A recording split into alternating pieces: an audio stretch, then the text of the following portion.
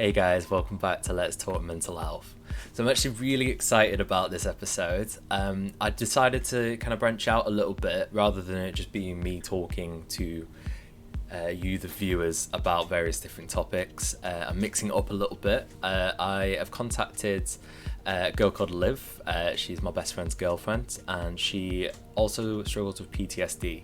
So the two of us had a Zoom call where we talked about how long we've had it for and sort of the tools and resources available that we've found to be specifically helpful for us in overcoming the post-traumatic stress disorder. Because what works for me might not work for her, and what works for her might not work for me. So the more perspective I sort of bring into this topic, the more chance there is there'll be at least something that you're able to find that can help you with PTSD in your own life. So I hope you enjoy and stay safe. Peace. Yes, okay, right, I'm recording now. So I'm sorry. Right, okay. Alright, okay, so we've got Liv here today, and Liv is also suffers with PTSD, and she's agreed to sort of join us to just talk about her story with PTSD and just sort of answer some questions about how she lives with it, sort of tools that she used to overcome it. So, Liv, just for our first question, I just wanted to know what you think, like, the sort of social views are and what sort of stigma is attached to PTSD, just from like an outside point of view. Okay. So, personally, I feel like there's a lot of social stigmas that come along with it, but it also ends up going into self stigmas as well. So, you end up kind of dwelling Mm. and kind of not dealing with it very well Yeah, yourself because of it. But for me, it was a lot of like weakness. I didn't want to be seen as perceived as weak yeah, and want people thinking, like, oh, she can put up with that then, she'll put up with anything kind of thing. yeah. Um, Well, that's like the issue, isn't it? Like when there's so many people around you that don't I'm suffer very with. sorry. Yeah. I am so sorry. I'm sorry. That's cool. I'm sorry. Yeah, when there's so many people like around you that just don't understand what's going on inside your head, Yeah, they've had the very sort of lovely lives of rainbows and lollipops and stuff, and they can't really like sort of relate to what you're experiencing. So if they're only seeing it from their perspective, they don't yeah. understand why you respond the way you do. Well, this is it. It's like this is used so much, but if you look at somebody and think they're fine, you just presume that they are. Yeah, Whereas if someone has got a broken limb, they're not well. yeah. So yeah, that does, yeah. It's There's no clear indication, is there? Like no, somebody that you see in like Aldi could literally be going through all the internal battles in their heads, but because they're smiling or they're laughing, you think that they're absolutely fine. And if suddenly they break down crying, it's like, oh, whoa, that's weird. yeah, yeah, absolutely. That's it. And there's a lot of like, people think that you're unreliable as well, or I don't know, you might break out at the point you'd be worried to say anything around you. So there's that comes along with it as well. Yeah. And I think like a lot of people sort of associate PTSD. The first thing people think is like army veterans, people that have been to Yeah, war and experienced some really bad things. But it can happen to any person. They don't need to be but fighting a yeah, war. yeah, All it comes is one experience that you've had that sort of becomes fixated in your brain, and then there's all these triggers that are attached to it, yeah. and it can affect anyone. That's it. Any trauma, it depends on how people deal with it. Like some people, like something bad happens to them, Mm, kind of like they deal with it and they kind of rationalize it and can kind of differentiate. Whereas some people who do end up suffering with PTSD, they kind of lock it away, yeah, never kind of deal with it, and that then ends up being it's just a snowball effect, really. Yeah, because I feel like it is part of you, the trauma, and locking it away is just hiding from the problem. And Yeah, I've personally found that when I have locked it away, it's usually come up in my sleep. So, yeah, because you can control what you think about when you're awake, but when you're sleeping, your brain can just tap into whatever it wants to. yeah, absolutely. Yeah, And, all it takes is for your sleep to be disrupted, and then it'll just be a chain reaction, a snowball effect, as you say. And it'll just suddenly feel like you're exhausted all the time, mm, and sort of avoiding the trauma and not really learning how to deal with it does sort of tear you from the inside over time. definitely, definitely. And that's it. If you're like me, and you're stubborn and think that you can deal with it on your own, then that kind of it does it affects your sleep so much. Yeah, Yeah, so right. that is a huge part. Absolutely. So how long have you lived with PTSD? I think it's coming up to three, four, 3, 4 years. I think. 3 or 4 years? How old am I now? 23. I don't Yeah, know. about 4 years. Yeah. And sort of, do you feel like how long was it before you were diagnosed with it? So for me, I was completely fine at first. Well, I wasn't fine. I was kind of dealing with things and felt like, well, that happened Mm. and I'm out of it. So I'm fine. So I kind of just dealt with it on my own at first. I didn't really see much of an impact. It was only 6 months after Yeah. that I kind of hit this brick wall and everything just kind of like crumbled. Um, and I think it was about 6 months after that I went to the doctors. Mm. I was really suffering, and that's when I got diagnosed with it. 'Cause I feel like the initial sort of reaction is to kind of go in a state of denial. 100%. Like you just kind of, oh, I can just pretend that never happened. Yeah, It's like if if you got some, yeah, I don't know, you got stabbed, and you're like, oh no, no, no, I'm fine, honestly, I'm okay. And people are like, you're not okay, you've just been you're stabbed not with a okay. knife. You're like, no, no, no, Yeah. I'm fine, honestly, don't worry about me, I'm good, it's just a scratch. And then it's only a matter of time before your body starts to give in to the effects, the pain, and 6 months is an impressive time to sort of live with a wound before it starts to have its effects on you. So I'm impressed with how stubborn you were in that sense.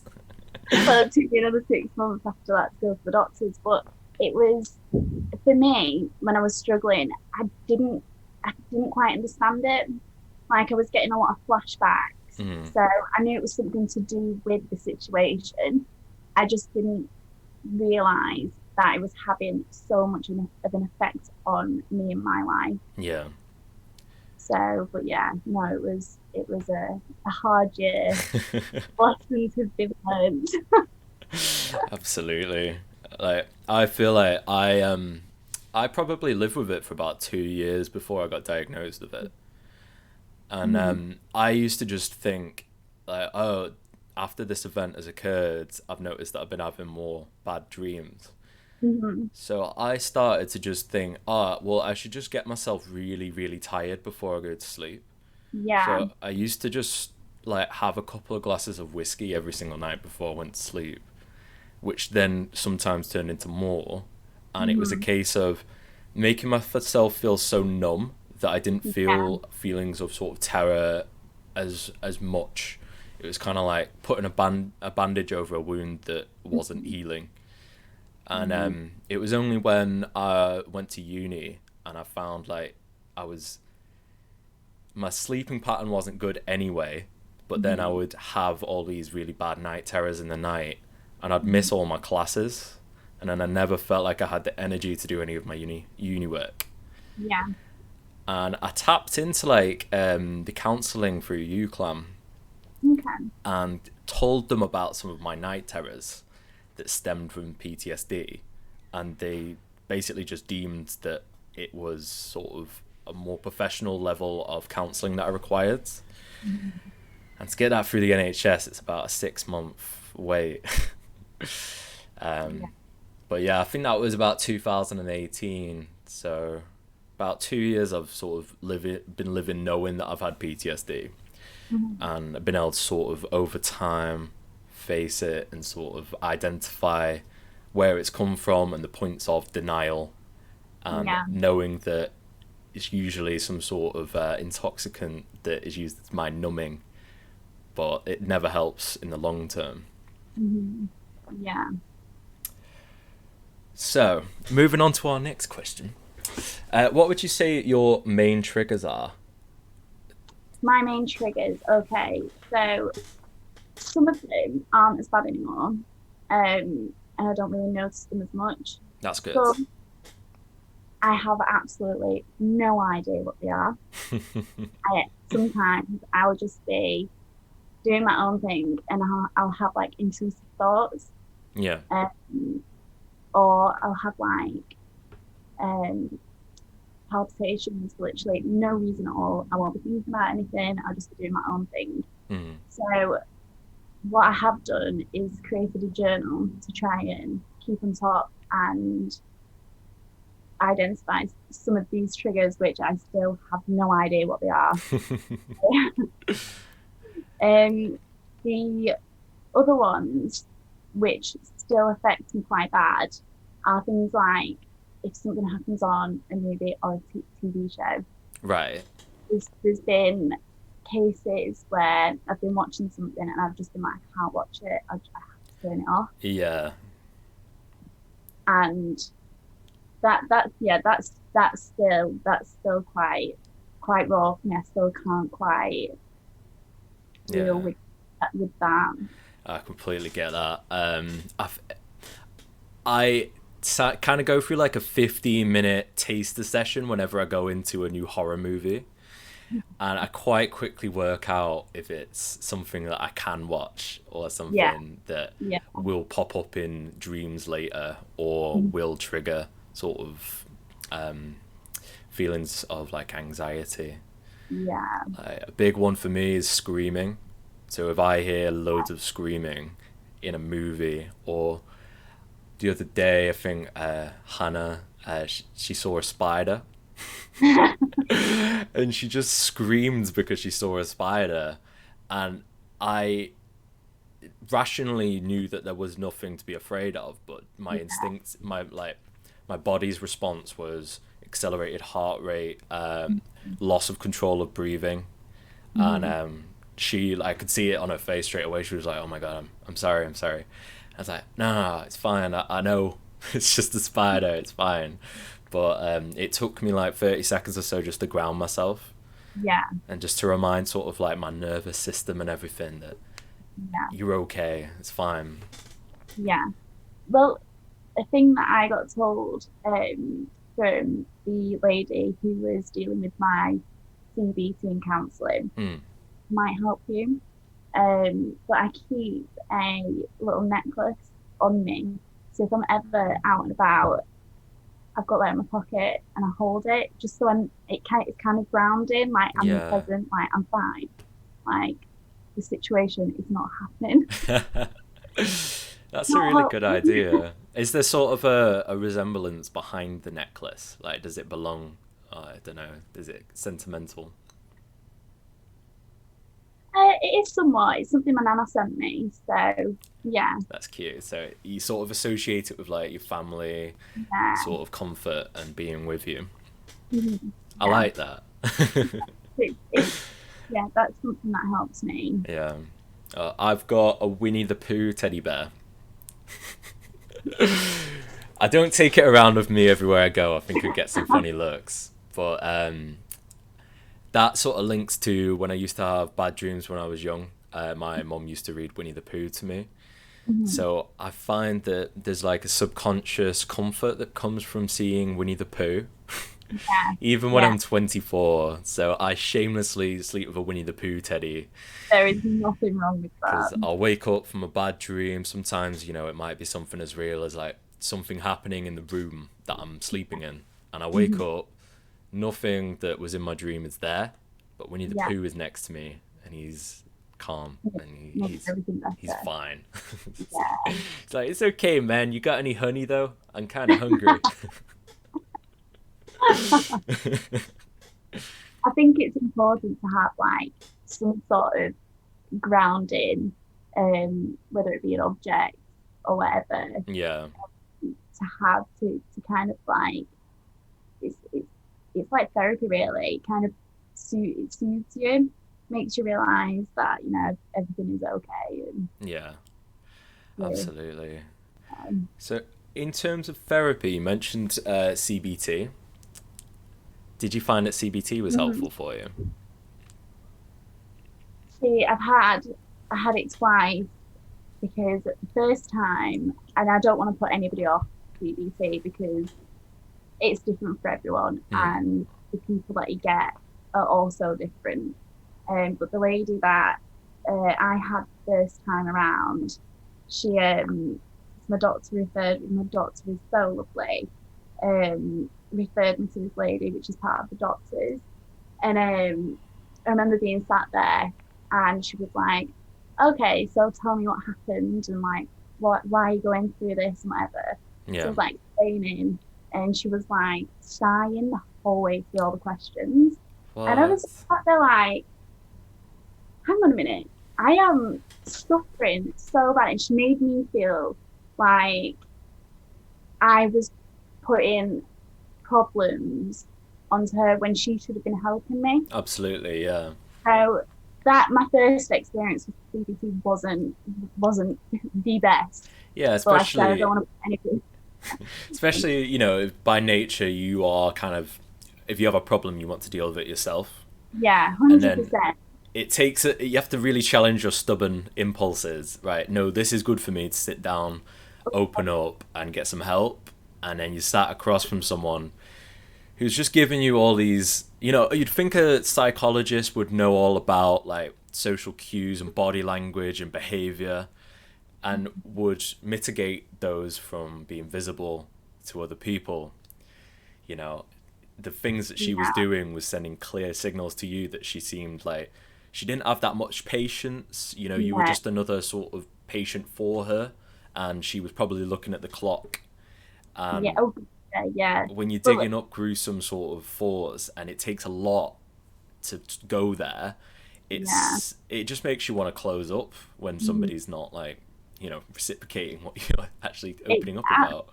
absolutely. Well, it's funny because 2 weeks later, I got a phone call and from the CBT team, and they were saying how's first session? Have you read anything that we've sent you? And I was like, well, to be honest, and explained. And then she went, well, that lady's not with us anymore. And I was like, I wonder why. And I went She back to my hated her job. doctor, obviously, and it was so you could read it, and it just Yeah, made me so uncomfortable. And yeah, I went back to my doctor, and I kind of like broke down because it took me another 6 months to finally accept that I need this help. And I kind of got it thrown back in my face, and I was like, why did I bother? And it was at the point where I wasn't sleeping, and I had so much emotions going through me, and my yeah. doctor was like, fine. And his words were, I will fix you. It sounds like a good doctor. It's He exactly what was, you need, because it all starts with a GP. As soon as a GP does a referral, then mm, it'll get you down those sorts of channels that you need to get to. yeah, And I absolutely. assume the second try after saying he'd fix you, it got you onto a It got me into the right, therapist that actually enjoyed their job and was yeah. committed. Well, I did, yeah. I ended up starting CBT and moving on to counselling. So, but I did find that counselling worked a lot better for me personally. How I don't come? know. I don't know if it was because the first experience with CBT kind of made me feel like, you know, maybe this isn't what I want to do, and Yeah, maybe actually speaking about it because I got given a lot of modules to read, which were helpful. Um, but being able to kind of, because it wasn't something that I kind of spoke to my parents about, they knew the situation. Um, because they was there where after it all happened. Yeah. So they knew the situation, but they kind of like didn't want to ask me about it, so I couldn't really get it off my chest, and I didn't want to go into it with friends because I didn't want to like again seem like I was weak. Yeah. Do you know what I mean? It was kind of like I was keeping it all in, so kind of getting it off my chest to somebody, Yep. and having somebody tell me how to deal with the situation. It definitely did help. Yeah. Yeah, because I feel like everyone's friends will say that they'll always be there. Like if Mhm. you need me, just send me a message. But it's only a few friends that I've ever found that I can message them, and Yeah. most of the time they'll just be like, "Wow, don't really know what to say to that. Mm. That's quite heavy." Yeah. And through sort of time, I've found the people in my life that are really good to confide in and do come back with you with support, because it does help getting it out of your head talking to people, but it Mhm. needs to be people you trust and Yeah. can sort of help you break out of these behaviors and the thought patterns. Uh-huh.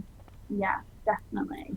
And this thing, and you don't want to feel like, because friends are your friends and they're amazing and they'll support you through anything. Yeah. But at the same time, when you're struggling and you're at your worst, every time you speak to them, you don't want to seem like or feel like you're being a burden to them. Mm.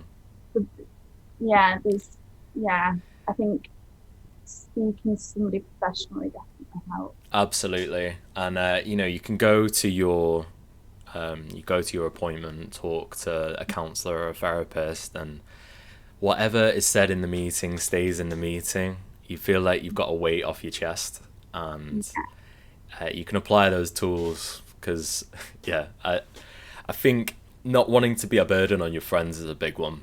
because you can be fighting all these battles in your head, but you want to have a big smile on the outside. Yeah. There's nothing worse than going through some stuff and you walk into a room and maybe your friends are all having a laugh or something, and you kind of notice the tension change when you go in the room, because they're all a Mhm. bit like, oh, they're having a really tough time at the moment. Are you okay? Are you Yeah. alright? And you kind of just want to be treated like normal, like nothing's happened. Um, It helps you yeah. break out of the state a lot more if it's like, you've been having a tough day, but Mhm. then you just break out of it by talking about something completely unrelated with your friends. Yeah, definitely. Definitely.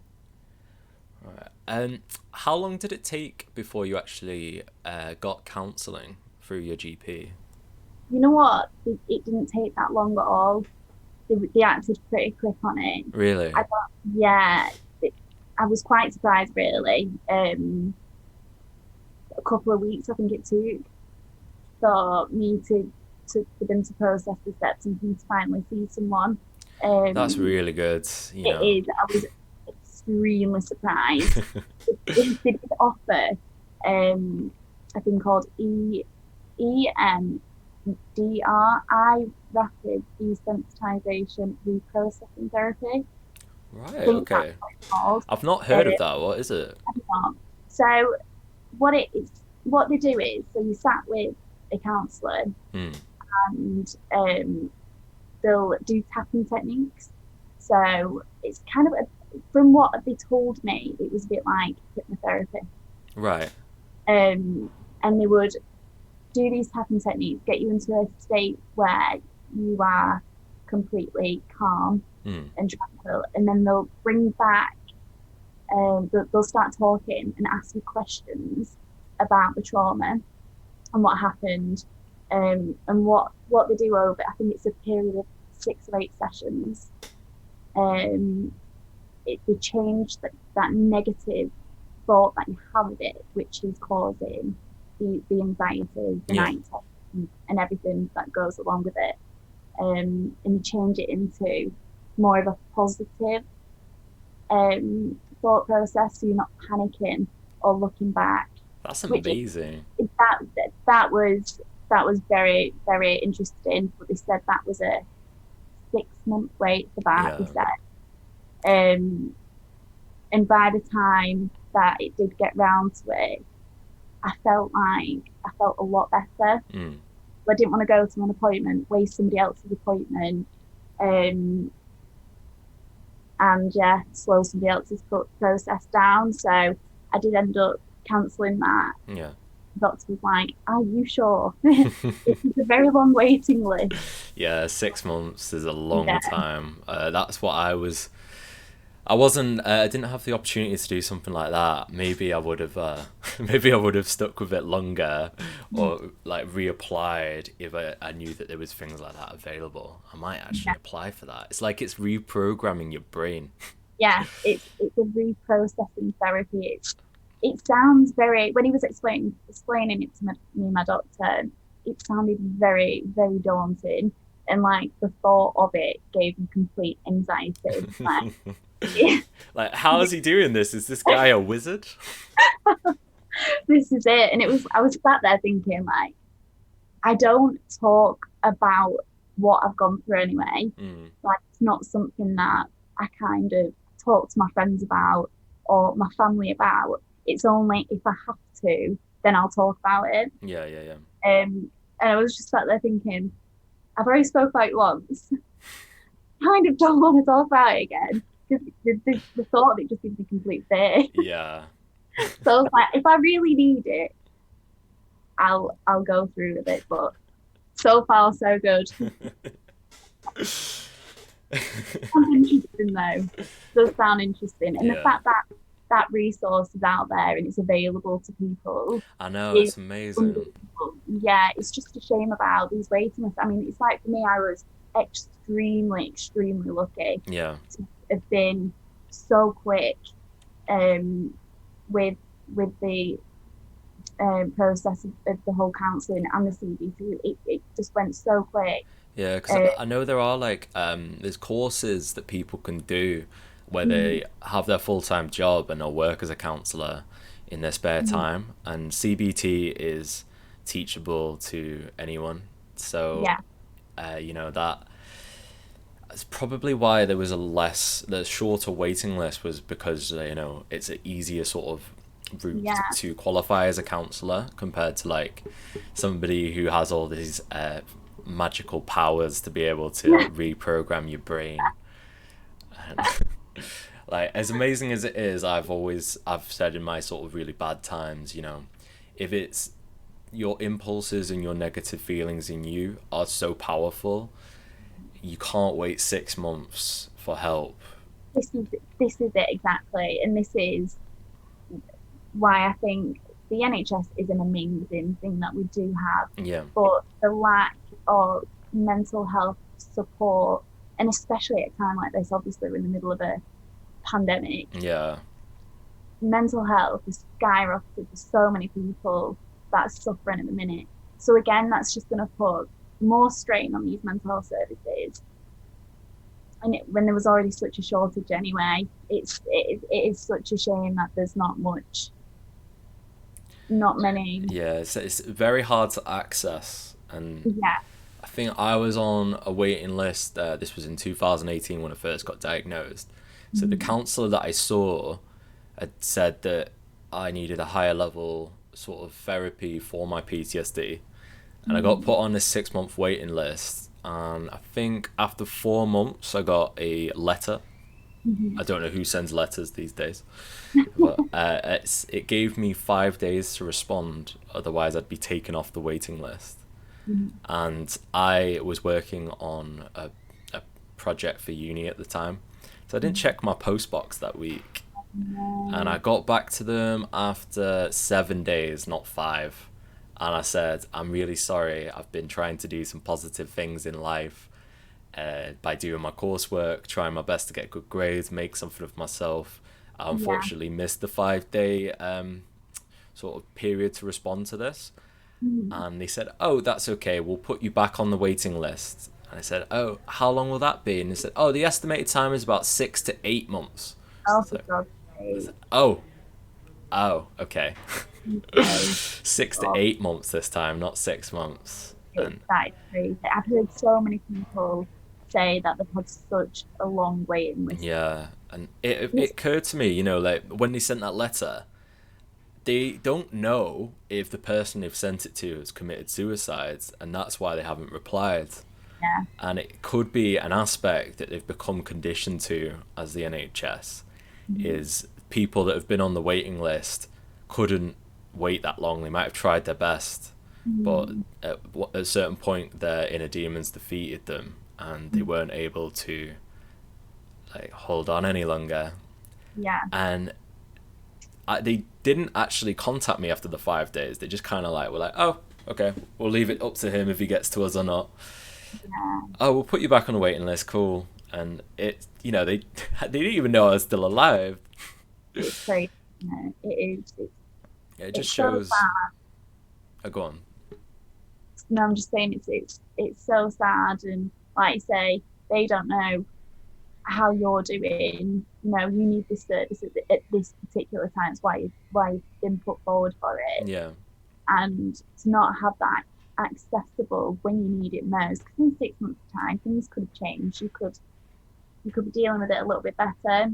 You might not need that service, or like you say, unfortunately, you might not need it. So that 6 months, it's terrible, really.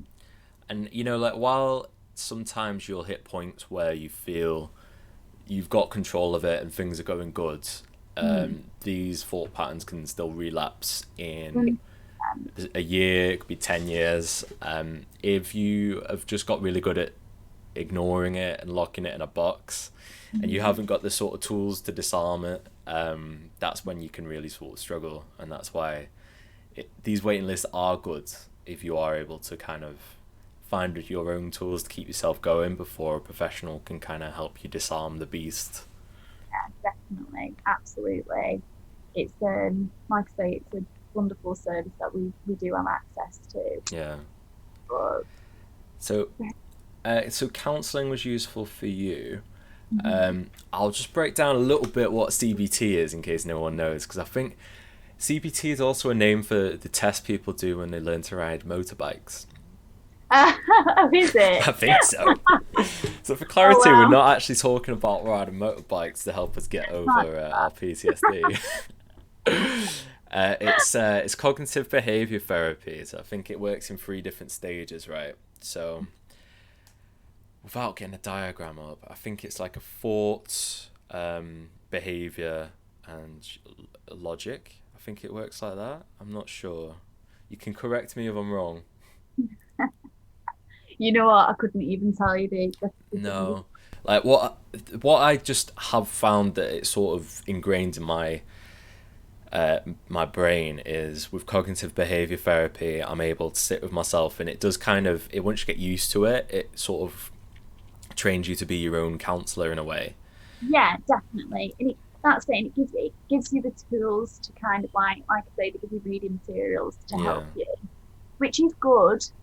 But you have to be self-disciplined to absolutely. really get the best out of that sort of therapy. Yeah, because I'll notice the big one for me is alcohol. So my sort of thoughts will be negative, and then my behavior will be, I've had a really bad day, so I'm gonna go drink, and then I become less rational, and Mhm.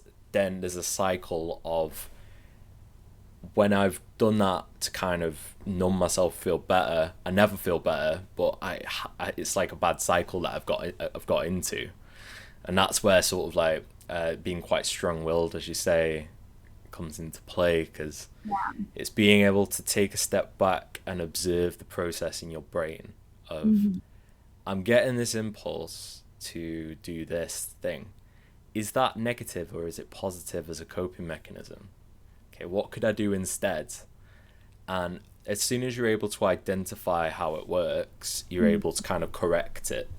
So it's like that crazy magic tapping on people. You can reprogram your brain in the same way by Yeah. sort of understanding how cognitive behavior therapy works, which I is really think cool. CBT does work very, very well for night terrors. Yeah, And they do cover a part of one of the modules that they can send you if you are suffering, um, is how to deal and um, you know, how to rest easily and kind of shut off. And it is interesting. It's it's worth reading if you are suffering, Yeah. but I feel like, especially at a time like this, we're missing that face-to-face contact. All good and well having all these pages to read, Yeah. but if you've got a question or any concerns or anything like that, you have to wait for your next meeting to then talk about it. Do you know Yeah. what I mean? But it Yeah. is, in some ways, TBT is amazing. In other ways, it It's has not its so perks good. and it has its cons. Yeah, Like I found with the counseling that I was getting through university, I there's you can't solve all your problems in an hour, no, and it's very easy to kind of shift the expectation that this person sat across from you can solve all your problems. And mm, that 1 hour a week or every 2 weeks or once a month is the only time you're going to be able to be given the tools to learn how to face your inner demons. yeah, But personally, I found that the hour would get everything out its box in yeah, my head, and then they were like, right, okay, well, we've made a lot of progress today. We'll wrap up. I'll meet you in 2 weeks, yeah. and I'd be there like, wait, no, nah, no. But And I think like me and Hannah were talking about that time, and it was she said that was probably when my night terrors were the worst. yeah, And quite often when I'm having night terrors, she says it's like I'm fitting, because it's right, like in the dream, it's usually a case that I can't move, right, and I'm okay. trying so hard to move that like Mm, my legs and my arms will be kind of like moving as yeah, like in the bed. So she was like, she'd be sleeping and then she'd get woken up thinking it was an earthquake happening, but I'd just be next to her, just kind of like moving, like not sleepwalking, but just kind of like my arms and stuff just kind of twitching. And yeah, that's my sort of response to trying my hardest to move in the dream to stop whatever's happening. But we feel like talking about it, that's probably when my night terrors are the worst. But it's right, because I'd go to sleep and everything would be out its box yeah, and in my head, and it was much harder to sort of disarm it when I didn't know how. yeah, You know, at the mm, time I was kind of thinking, oh, and I can't wait 2 weeks for my therapy appointment. I need them here now. And then eventually got told that it was too sort of extreme for them to sort of deal with or give yeah. me tools for.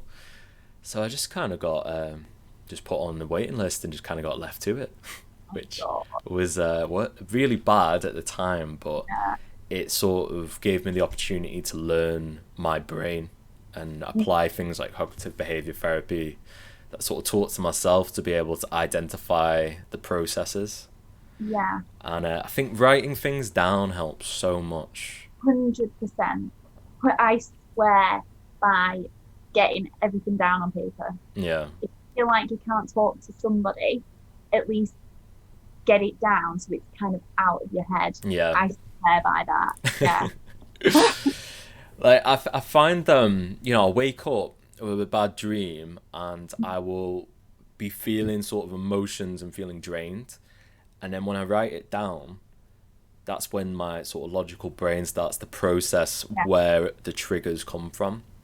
Hmm. And as soon as you're able to sort of be like, oh, I dreamt about that thing because of this, I dreamt Hmm. about that thing because of this, it's less scary. It's like when you're watching a horror movie and the first hour you don't get to see the monster, and your Yeah. brain's kind of like, oh my god, what could it look like? The suspense is crazy. But once you see the monster's face, it's so much less scary, and you kind Yeah. of become comfortable with it. It's like, oh, okay, it's a monster. It's got a deformed nose. Fantastic. I'm so glad I watched a horror movie instead of a comedy. Unless you like me and like scream. Absolutely scream the place down. I don't think we'd be very good at watching a horror together if me. That's what's mad about it. Yeah, it was not good. Well, if you, yeah, like if you know, if you watched a horror movie and you screamed in response to it, my PTSD would go crazy. I'd be getting Hannah to like scratch my head or tickle my back or something, and then you'd be panicked and Matt would be reassuring you that everything's okay. It would just be a disaster. It would. It wouldn't be very good. It would not be very good at all. I remember I was watching that. Is it The Haunting of Hill House? Yes, yeah. And like there was one bit where it scared me that much. I couldn't respond. I was kind of like, did you just freeze up? I just freeze. I just absolutely freeze. It was that bit when they was driving and then that thing came forward and screamed. Yes, yeah. So I was like, I wanted to scream, but nothing was coming out. It screams internally. So it got to the next bit, and it wasn't even that scary. It was when they walked into that house. Yeah. And that thing appeared behind the guy. And I screamed so loud, but it was because I couldn't scream before, and I was already. So it's like a delayed scream. Yeah. What did Matt do? Yeah. Just, are you okay? I mean, it's a good thing Matt's so chill, because I feel like he's not experienced mental health himself, but he's so good at just understanding how people are. He's good at critical thinking. I've always thought like he's very good at seeing things from a logical perspective. Yeah. And he'll be like, right, well, I would never do that, but I'm not going to treat them like they're weirds. Why did you just do that? And then once he sort of understands your thought process, he'll usually tease you about it, but in kind of an affectionate way. Yeah. and then you end up laughing about it, and then you're over it. It works. Yeah. So having people like that around you is so good for like it makes life just that little bit easier. Putting laughter into the insanity. Well, like when I first started like going round and whatever, I was like, there was something on my chest I needed to get it off. I was like, because when I have night terrors, I scream. So like, sorry. Sorry, Nick. It's okay. It's Matt's problem. I know, yeah. So it's like I either wake myself up screaming, or somebody wakes me up, and then I'm like sweating, and I'm like, what the hell is going on? And like I know what I've just dreamt about, but I didn't realise I was responding in that way. Yeah.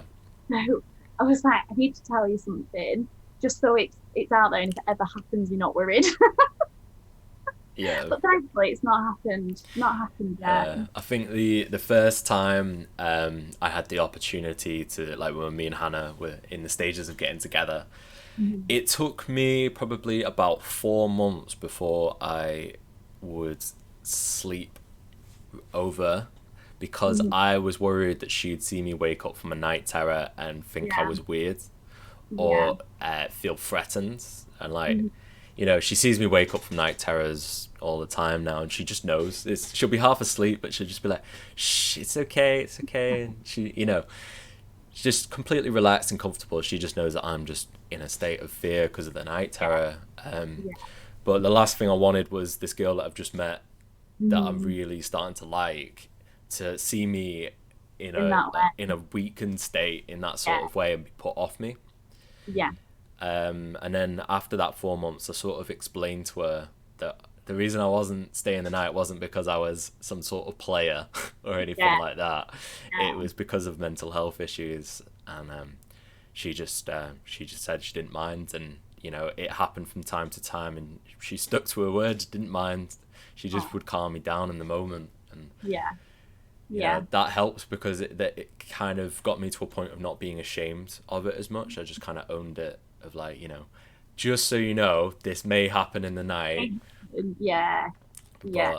you know, that's it. And I was very similar to you. Like, wouldn't stay at friends' houses. I'd be like, I'll have like a glass of wine and I'll go home. Yeah. And my friends, oh no, just stay, it's fine. Or we'd be coming back from a night out, and Emma would be like, oh, just stay, it's fine. And I'd be like, nope. Gonna go home, and I didn't want to go into details why I didn't want to stay. Then sometimes they might misinterpret it like, oh, that was a bit weird. Maybe she doesn't like me. Well, this is I it, thought we were friends. this is it, and I've lost so many friends over the years just from bottling things up Yeah. and not saying anything to people, and yeah, I've lost friends, but hey, I've still got friends that are there for me, and that's the main thing. Absolutely, friends can come and go. It's always the good ones that stay around. Yeah.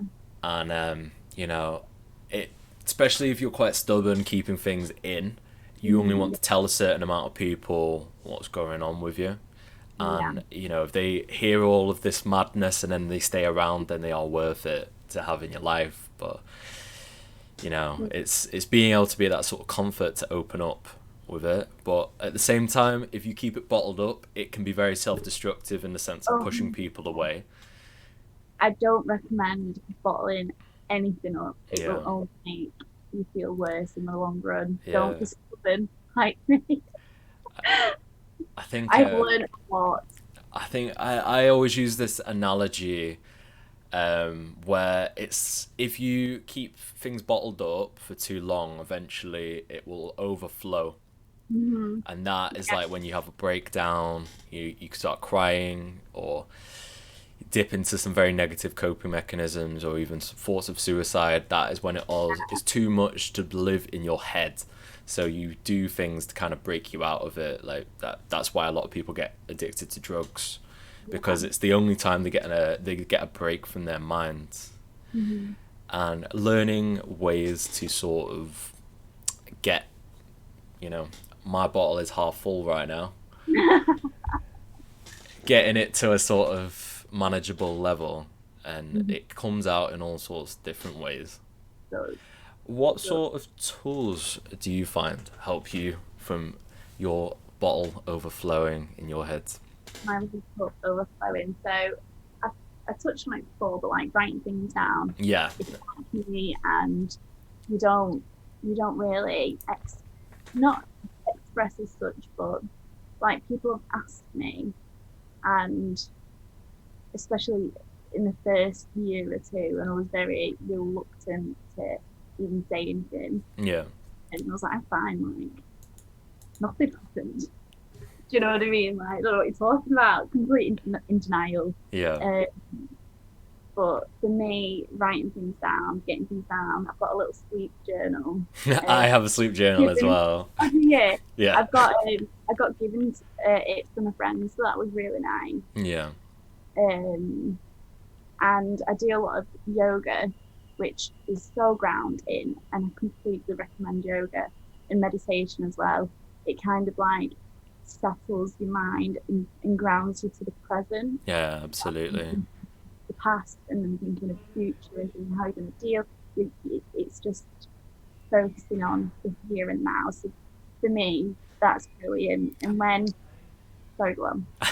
How often do you meditate, would you say? So when I was at my worst, I was trying to meditate every night before I went to sleep. For how long? Is there a set time? No, there's not. For as long as you feel is completely necessary. So Yeah. I have Headspace. Yeah, so they have like guided things on there, so it's brilliant. It kind of works you up to a point where you can go for like 10 minutes to 20 minutes of meditation, because it is hard. It's hard work, meditation. Like, think about nothing is the hardest thing, especially when you're me. You've got a load of things going on in your head. Well, even there's people with anxiety and stuff. If you're anxious, if you try and focus on not thinking, it makes you think more. That 100%. So it's a really hard concept to grasp. Yeah, it is, but it's the more practice that you do, the better. Yeah. And you can do it anywhere. You could be sat on a train, like when I didn't drive to uni, I was just getting a train, just shut my eyes and nobody had a clue. Do you know what I mean? Nobody knew what I was doing. But I am going through anxiety right now. I just took a sleep. Like Yeah. I remember like I usually meditate in my room. I've never meditated in any exotic locations, but I Favorite. remember when I went to South Africa, I was in the Nelson Mandela sort of museum where you actually got to see the jail cells that he was kept in when he was captive. Okay. And there was people who'd actually died there.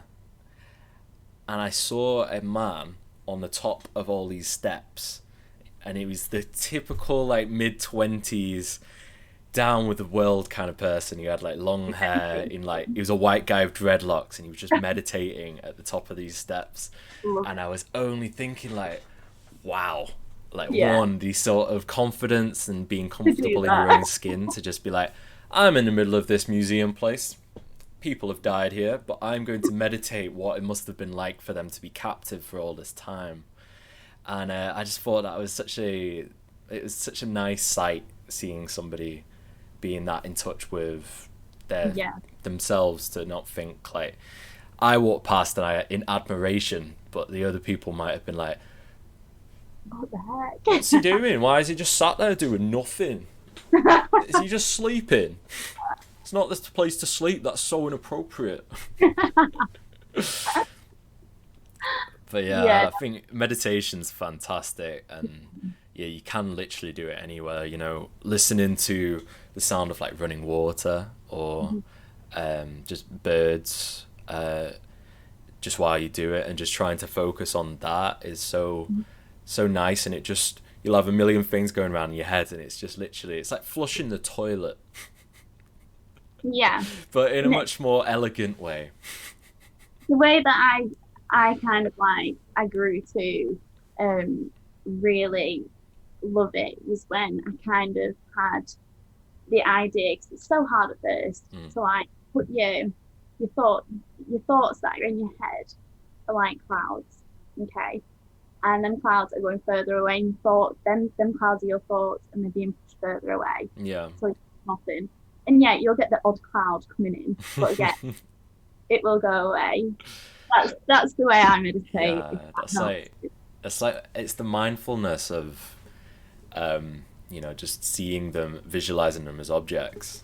Yeah. I remember hearing one about the like it's like holding a balloon, and Hmm. you can hold on to it or you can let it go.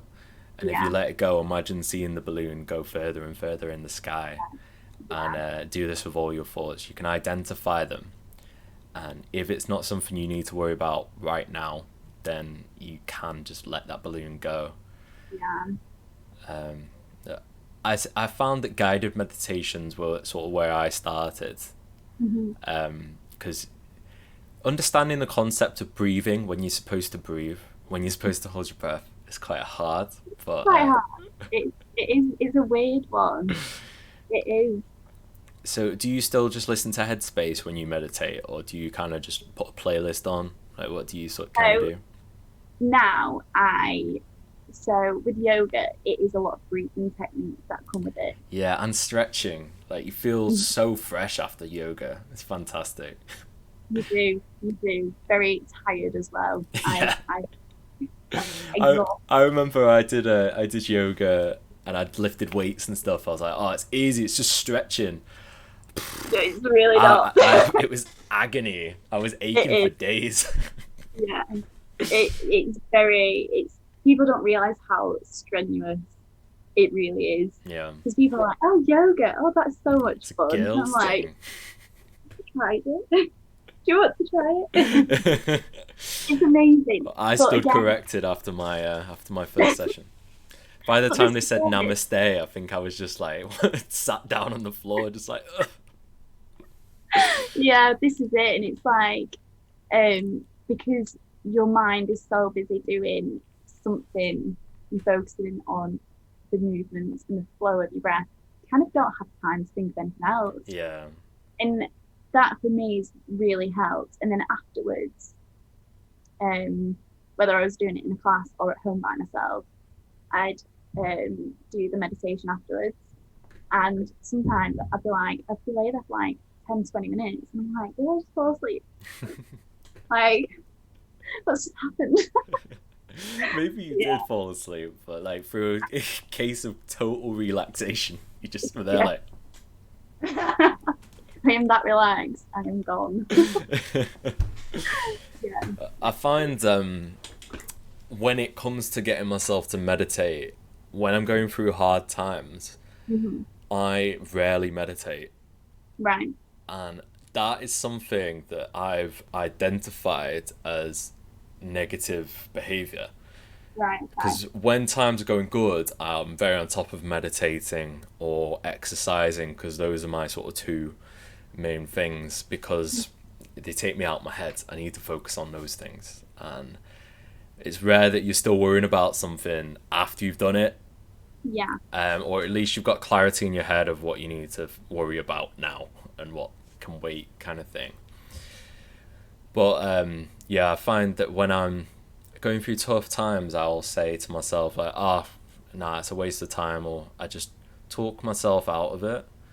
But Hmm. that's sort of the negative side of my brain trying to Yeah. stop me doing positive things. You kind And of need to push past that. yeah, because it's And like having an angel on one side and a devil on the other, and it's your own voice, so it's very hard to distinguish which is actually at your best interest. yeah. And when you sort of learn these patterns, it's clear to identify which one leads to a happier, healthy life and mind. And it usually starts with meditation, exercise. You do art as well, don't you? Yeah. Yeah. Do you find that Uh, that helps? 100%. 100%. Art and obviously the music is something that has, especially the art, is something that has helped me. And I kind of found my style through going um, through some of the worst parts of my life so far, Yeah. essentially. So, yeah, no, definitely. It's another kind of therapy. It kind of made me think of going into a thing called art therapy. I don't know if you've heard of it. I've heard a little bit about it, but not nearly as much as I'm sure you know. So, art therapy is it's good. It's an all rounder, really. So, it's really good for people with arthritis, as you can imagine, using your hands and whatever. Yeah. But the other side of it is really good for people who find it hard within the mainstream counselling or CBT and find it hard to kind of, Verbalize. yeah, their thought process. Yeah. Um, so going to see an art therapist and having all these different mediums and colours in front of you to choose from, and then you kind of build a relationship with the art therapist as well. Um, it kind of you end up unknowingly sharing information, and then you're like, oh, wait a minute, I trust this person, and then you can't. Do you know what I mean? Yeah. It's an interesting process, and it was something that I've been definitely was thinking about. That sounds really cool. And Yeah, imagine, you might have painted something while going through the process of art therapy yeah. and find your career in the same, in the same sort of Well, process. yeah, definitely. I mean, whether it's something that I will end up doing, I have no idea. No idea. But yeah, that was something that definitely came into my head. That sounds really good. Like, especially if you found your style through the hardships that you've had in your life, that is a true like case of turning something negative into something good. 100%. Well, this is it. It's like there's a piece that I've got, um, and that was when I was like at the lowest point. Now, it's one of my favorite pieces. It's completely different to anything I've ever done before.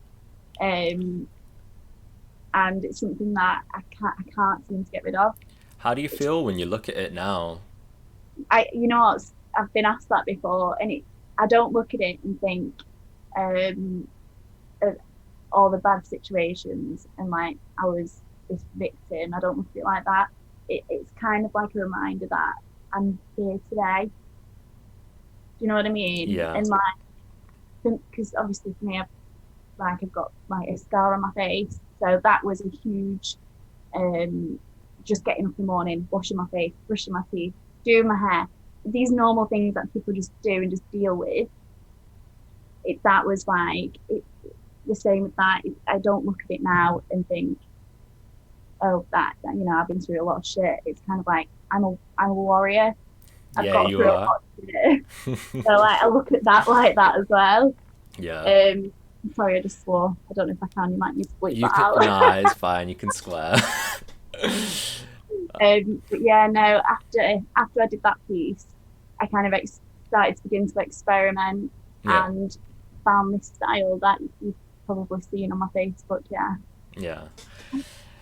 That's really inspirational, just hearing that and having these things that remind you of sort of the hard times in your life, and Mhm. then being able to almost meditate on that thought of how you felt when you did that and how you Yeah. feel now. Oh, And 100%. it really encourages the sort of process of self-love and Yeah, self-appreciation. definitely. And it kind of reminds you, it's like if you go through a situation where, oh, well, that was a bit crap, but then you look at something, you're like, but look where I am now. Yeah, You know what I absolutely. mean? So that little blip, like, I'm so strong, and it kind of helps you realize that you can kind of get through anything. Yeah. Yeah. I remember someone, I think it was a nurse, said to me once that I'm not religious, but it was a Mhm. nice thing to hear at the time, and it was that God doesn't give you battles that you aren't strong enough to defeat. Yeah. You just need the tools to know how to do it. Yes, you do. And you know, me and you both had our experiences with PTSD, low Mhm. points and high points, but we've managed to find what sort of works for us to kind of 100%. Yeah. accept it as part of our life. It's a part of you, isn't it? Yeah, And you get to choose who who sees that, because it makes you vulnerable in some aspects, because it's something that you don't want on display, yeah, but it is a part of you that's made you who you are today. absolutely. You know, Yeah. it's something very minor, but in like all the Marvel films, I don't know if you watch Marvel. No, sorry.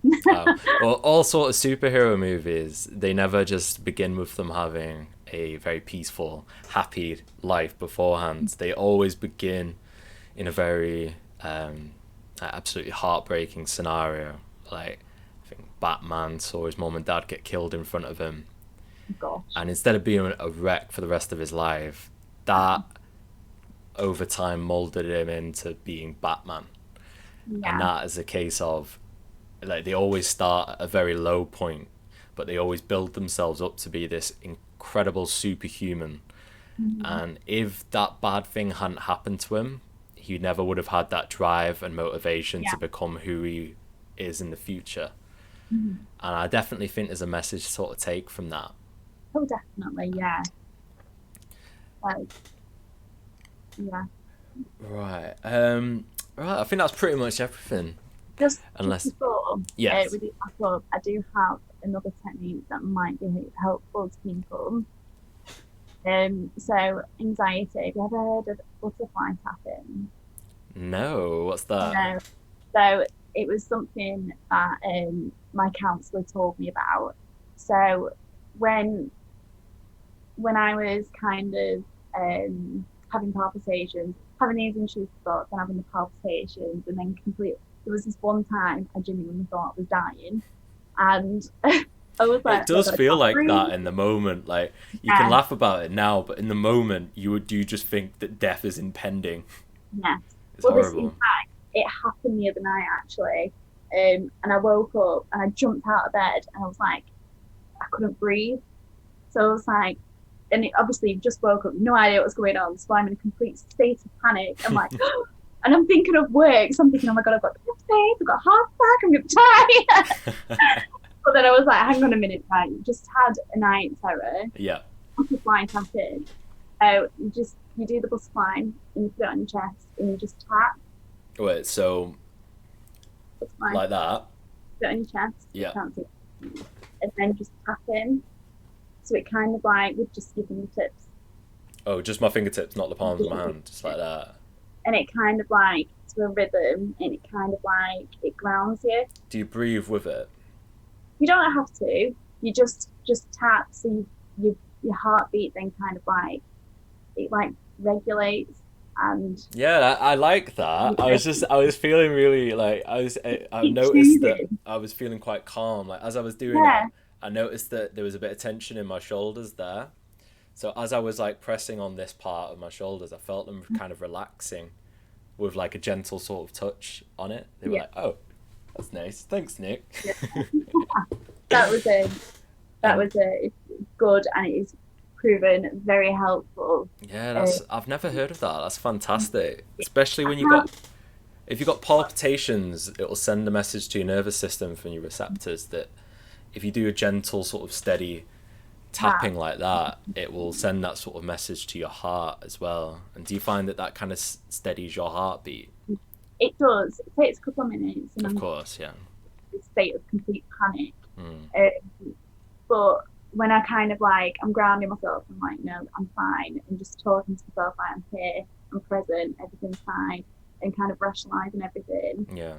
I can't remember the psychology behind this, um, but definitely helps. And if you ever are in a sheer panic moment, try that. I guarantee it will work. I love But that. I'm gonna add that to my sort of my arsenal of tools to use after night terrors. yeah, I definitely. I find yeah, my sort of go tos is always put something funny on the telly on like a Yeah, very low volume. yeah, Because if there's like a comedy in the background, like I think at the moment my go-to is How I Met Your Mother, and right. they are just always having it's very positive vibes all the way through, and Yeah, it's very hard to imagine somebody coming in your room and hurting you, or there being a demon lurking around when yeah. there's comedy on the television. It sends very positive signals to your brain. 100%. I'm the same. I always have either Friends or Big Bang Theory. Yeah. Love Big Bang Theory. Brilliant. 10 out of 10 would recommend. Because they aren't encountered with any sort of situations where there's a lot of dread, Yeah, negativity, or impending sort of doom.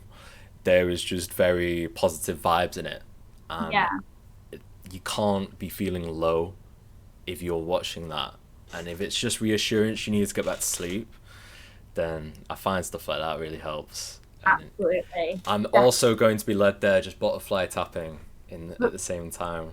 it is amazing. Honestly, when I found that out, it was like a huge turning point for me. Um, because obviously still trying to understand what some of my triggers are. I'm like 3, 4 years on, and I'm still kind of understanding my own brain. Uh, Yeah. so doing them butterfly taps, and it might look weird when I'm in public, but girl's got to do what she's got to do. Absolutely. If butterfly tapping works, I'm gonna do it. And like anybody that knows what butterfly tapping is will be like respect. Yeah. And the people who look at you like they're weird, people rarely will stop and actually say, What are "What are you you doing? doing? That's weird." They'll just think it to themselves. It'll be a thought in their head, and it doesn't affect Exactly. you. As long Exactly. as And you're doing something that grounds you, that's all that matters. and you'll never see that person again. Yeah. This is I am such an embarrassment, Nick. You know this. My laugh. No, I like it. And like Matt says, whenever you two go out for food, he Oh, looks like he's hilarious because you'll be laughing so loud everyone in the restaurant will hear you. And if they look over, they'll just see you sat across from Matt. And I think it's so nice that you found somebody like Matt who puts a positive twist on it. It's like, well, they yeah. think I'm hilarious. It works for me. But this is it. It's like I I just sit there and like, oh my God, you know what? I'm never gonna see these people again. And Yeah, I yes, my laugh is loud. I'm here to enjoy myself. absolutely. And that's what I'm gonna do. And if I need to butterfly tap at any point, I will. Well, Yeah, but- ideally not when you're laughing really loud, because that might look a bit weird.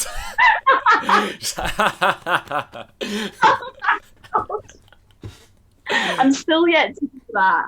I will definitely keep it first if they ever do. Oh my God, imagine. I would definitely go and take them Yeah, I then. feel like it's all about finding what works for you and just kind of Yeah, owning it.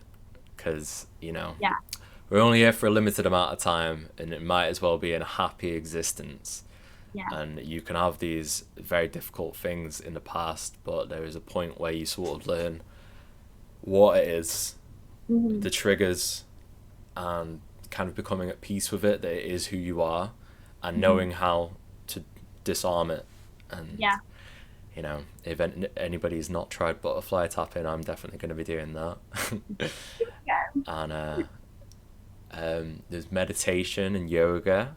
It work for Uh-huh. you. I, Exercise. sorry, I did forgot to mention What? Tai Chi is bloody amazing. Tai Chi.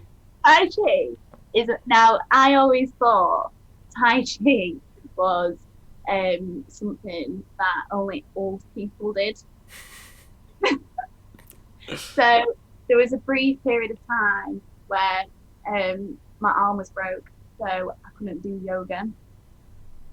And then I was in a car accident, so I couldn't like do my dancing or do my yoga, and it was just kind of like, well, what the Yeah, hell you am I going can't really to do do like a downward facing dog with one arm. now? And a very sore back. Tai Chi, absolutely amazing, and I completely right. It's so soothing. What do you do for Tai Chi So then? soothing. Which, what do you mean? What do I do? Just like Like, I don't know, what is sort of like an example if you would sell Tai Chi in like 15 seconds? oh my God, um, sell it to you. I don't know. I've heard of it, Not but a I good don't know sales what the plan. concept is. Like, This is why I'm having a problem with my side business. And it took about 100 takes. I'm not a brilliant saleswoman. But yeah, Tai Chi, it's just like, have you never seen it? is it So, like like you stand on one leg? yeah, so it's it's like the movements. You get all these different sequences, and you Mm. kind of like it goes with your breath, kind of thing. So it's a It's similar concept to yoga, but standing, standing and less strain on the body. yeah. Yeah. It's more about kind of aligning them like chakras and kind of moving that energy in your body. Yeah. Now it Becoming is, centered. yeah, exactly, and it is used a lot for old people. I'm not gonna lie, because of arthritis, and it's a good form of exercise, but don't have to. Absolutely, like, Really, especially, if you do yoga your whole life and you're missing doing it because you've got arthritis in your ankles or your wrists or anything like that, it's really good that there is lighter forms of exercise that replicate the same effects on your body.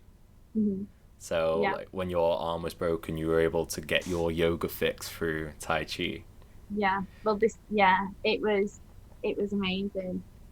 Um, I actually I actually went. I had a holiday booked to Ibiza to go on a yoga retreat, right? And my Okay. arm was broken, and I was like, I paid stupid money to go on this. Thing, broken arm or not. So they incorporated a lot of that into that as well, into that program. It's just if you've not tried it, guys, you need to because it's amazing. It's life changing. You'll feel like a new person. Do you still do Tai Chi now that your arm is well and healthy, or do you do yoga instead? So I can do yoga from home. So I can't do Tai Chi from home because I Yeah. don't. Is it Um, you follow the movements of the instructor? yeah, and Mm. the set routines that they do. Now I'm not as a pro as these people, and obviously lockdown and whatever. Yeah. So I do. I'd love to go back to it. It's but with my crazy schedule, you know how crazy my schedule is at the minute. It's yoga is definitely um, a tool that I can use when I can Yeah. at home whenever I feel like it. Do you have kind of like a routine of how you do your yoga? So there are routines. Like There's a a time of day, like say like in the morning, or do you just kind of do it whenever you feel like it? So it's whenever I can personally do it. So I could be working one day 8 till 5, and the next day I could be working a five, sorry, 11 till 7. Yeah. So whenever I Yeah. can Just do work it it. around your life. Yeah, because my schedule is just so, and all the uni work that I've got at the minute is it's completely crazy. Do you do yoga every day? Not every day. No. I would like to do it every day, but no, not every Your day. body would ache too much. Your body does get used to it weirdly. Yeah, it's the same with like other kinds of weightlifting and stuff Yeah. like that. You when you go back into the gym like after not being for so long, it's so painful the next day. But once you get into a routine of it, it's like it's not so bad.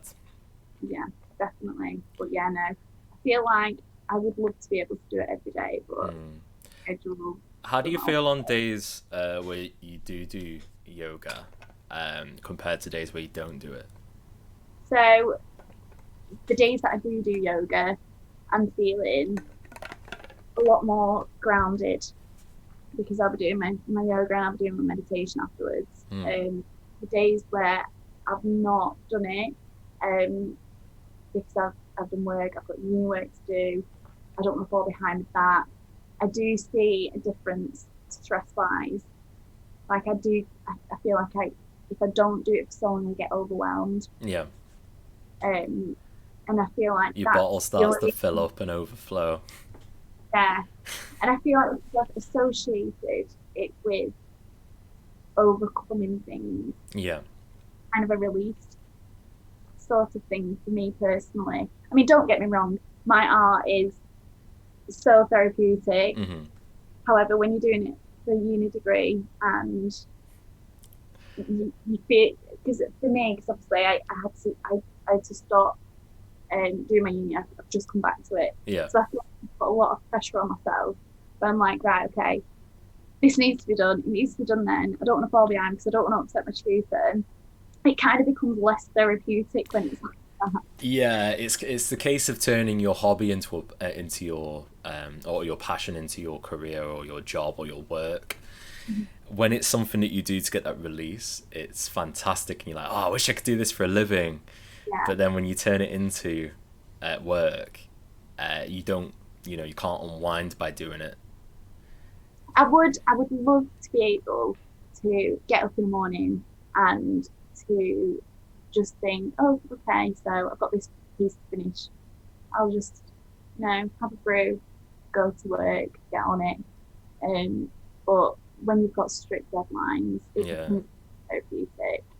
yeah, it's But then it stressful. becomes, yeah, less enjoyable, and you're like, oh, it will do. It's fine.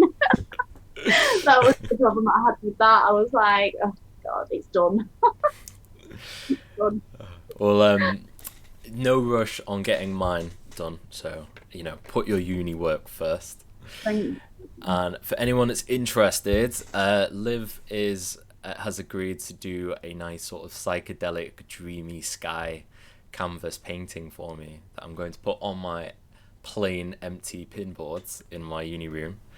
And I feel like that's going to set sort of like a subliminal message to my mind that everything's okay, and help me get to sleep and help me with night terrors. And it'll be a comforting thing to have in the room.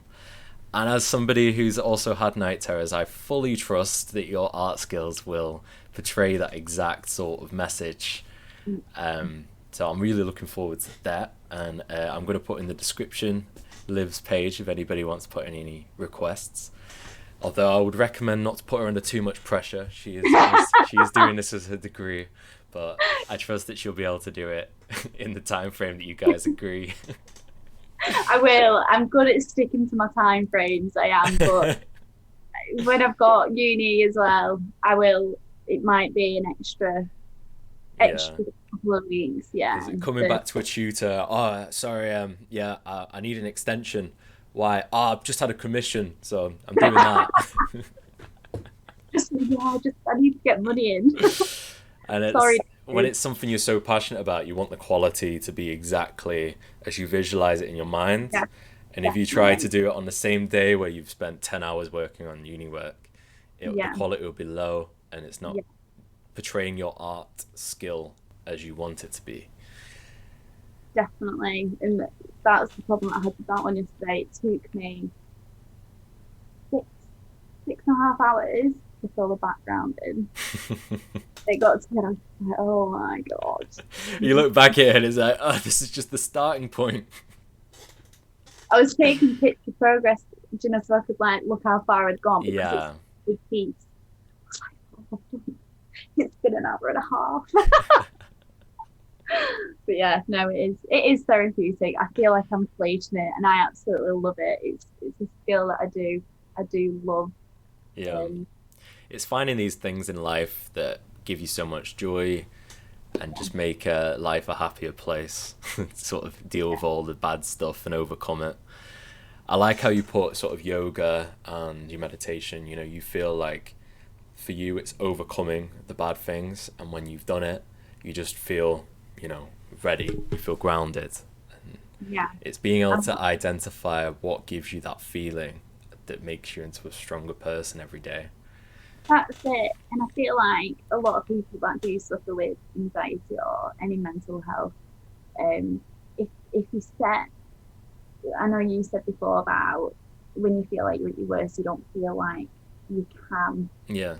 do them things. But even if it's just 5 minutes of it, Yeah. with your, And once that can turn into half an hour. It's just exactly, doing it. It's it's like getting there and doing it every day. challenging that negative voice in your head. It's like, oh, well, you don't think I can do this right now. You don't think it's a good idea. I'm gonna try it, and we'll see Yeah, if you're right. And then you've just done like a yoga session, or you've gone for a run, you've gone to the gym, you've read a book, you've drawn a painting, you've meditated. You'll usually feel a million times better after. 100%. Just achieving that one thing, even if I know some people really struggle, and it was for me when I was at my worst, getting out of bed and doing my bed in the morning. That to Mm, me was an achievement, yeah. and then it led on to, oh, I've done that. Okay, I'm gonna go downstairs and make a brew, and then it just, I didn't write anything down to kind of put pressure on myself. It was kind of just, right, I'm gonna do this, and then I did it, and I'm like, right, I've accomplished that. And I feel like people at the worst, having them little achievements, you don't have to be huge, it can just be a little thing, Yeah. can make the biggest difference. I've got a positive reflections book. So at Mm, the end of every day, I write something that I'm proud of myself for doing that day, that's good. something that I enjoy, and then I write a little paragraph. And if there's something I worry about, I'll write that, but I'll also give myself comfort. So I think yesterday I said I got caught in a rut and I didn't do as much uni work as I was hoping to. Mhm. And then I said, but it's okay because it's not due until next Monday. So you've got enough time. Just Yeah, try and have a nice rest and you can start fresh tomorrow. And it's almost like how I would comfort my friends. Like if Matt or Hannah came to me and they just wanted some reassurance, I only view them in a positive light. Like everyone has flaws, but I have so much love towards both of them that I'd only want to pick them up and make them feel good. And it was only when I started writing in this positive reflections book that I noticed I rarely speak to myself like that. It's just yeah, other people. So I've started to kind of channel that like nurturing side of myself towards yeah. me, Mhm. because it's the person that you spend the most time with. You might as well give yourself some reassurance and affection Yeah, every now and then. definitely. And I think that's why writing things down is so important, Yeah. because you can be so blissfully unaware until it's written down on paper. Yeah, and it's like, oh, okay, that was what was wrong with me. Uh, That makes it's, sense now, because it goes from like your sort of creative brain, and when it's on the paper, you read it in more factual sort of way. Like your brain works in like sort of a problem solving sense that it wouldn't do if it was just in your head, because there's so much activity going on there. But if you're just reading something on a bit of paper, it's almost like you perceive it differently. Yeah. So yeah, writing things down, definitely. Or even just writing on your laptop if you prefer it. Yeah. Just makes things easier. Or painting it. Exactly. Painting. But I swear to God, the paint by numbers, brilliant. What's that? Not paint by numbers, the colouring, what do they call them? Colouring, therapy colouring books. Yes. I got one of those recently. I've not actually done anything in it yet, but I've used them before and they're fantastic.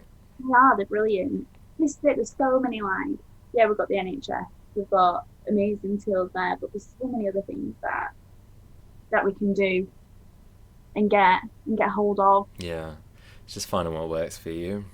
Yeah. Right, I'm going to, I feel like we've gone through so much really useful stuff there, so I'm going to turn the recording off now. But thank you very, very much for your time, Liv. No worries. Giving us so much, so many ideas, and it's so nice getting a different perspective of like how another person deals with PTSD, because it comes in all different shapes and forms. And you know, talking to somebody who's come up with as many tools and coping mechanisms as you have, and identifying what works for you is so inspirational. Yeah, and you too, Nate. Lovely talking to you, and I will see you very soon. Right, so there we are, guys. I hope you find that helpful, or at least it gave you a little bit of a laugh. One thing I really enjoyed about talking with Liv about a topic so heavy is we're both quite light-hearted, bubbly people, as you'll have seen in the video. While we are talking about a very important subject, we're able to put a positive spin on a lot of things, so it makes it much easier to digest than if we was talking about it on very serious levels, going through the gruesome details of PTSD. So I hope there's some tools that you found that are helpful that you can apply in your own life. If not, there's so many resources out there that you can tap into. So it's just about what works for you. And if you know anybody that's struggling with PTSD, then I hope you sort of gained more of an understanding of how it works and, you know, sort of ways that you can help them to overcome it. Anyway, I'll catch you guys in the next one. Let me know if there's any sort of topics you want me to talk about. If there is if you have any sort of mental health illnesses or anything like that that you want to kind of bring more awareness and attention to, I'm happy to sit and do a Zoom call with you, same as I did with Liv. So if you want to, just reach out to me and we can do that, because it's all about spreading awareness and good vibes and giving people tools to defeat their demons in their own lives. Anyway, enjoy the rest of your week. Have a fantastic weekend once we get to it, and take care. I'll see you in the next one.